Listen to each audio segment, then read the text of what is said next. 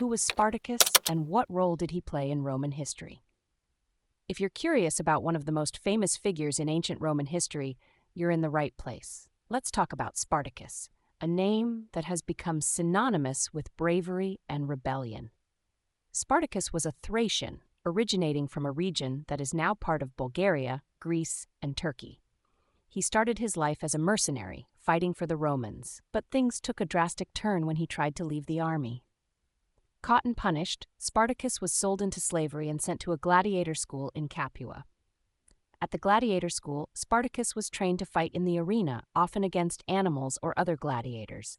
These fights were brutal and sometimes to the death.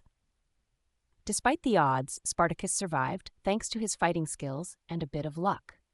However, he grew tired of risking his life for the entertainment of others and decided it was time to escape.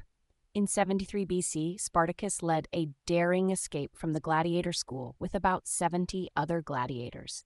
They stole weapons and armor and made their way to Mount Vesuvius near Pompeii. Here, they gathered more slaves and began to build a formidable force. The Romans responded quickly, sending an army of 3,000 men led by Claudius Glaber to capture the slaves.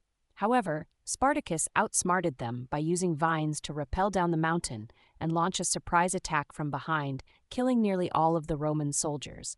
This victory was just the beginning. More and more slaves joined Spartacus, and soon his army numbered over 70,000. They used their fighting experience to train the new recruits and gathered weapons and armor from defeated Roman troops. Over the winter, they camped in northern Italy, raiding Roman towns for food and supplies. The Romans were getting increasingly worried about this large and organized force of slaves.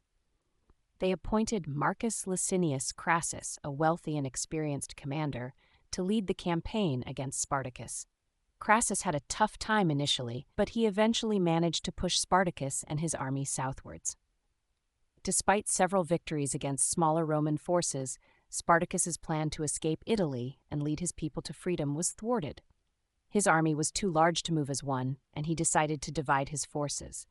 However, this strategy led to the death of one of his key commanders, Crixus. In the final battle, Spartacus faced off against Crassus in the Bruttium Peninsula in southern Italy. Crassus built a wall to trap Spartacus's army, but Spartacus attempted to break through. When this failed, he resorted to guerrilla tactics, which also proved unsuccessful. The final battle was intense. Spartacus charged at Crassus on the battlefield, cutting through 2 centurions before being surrounded. He fought bravely, but was eventually defeated. His body was never found, but historians agree that he died in that battle. The aftermath was brutal. 6,000 slaves were captured and crucified by the Romans. Despite the tragic end, Spartacus's rebellion, known as the Third Servile War, left a lasting impact on Roman history. It highlighted the mistreatment of slaves and the potential for large-scale rebellions, forcing the Romans to reconsider their policies.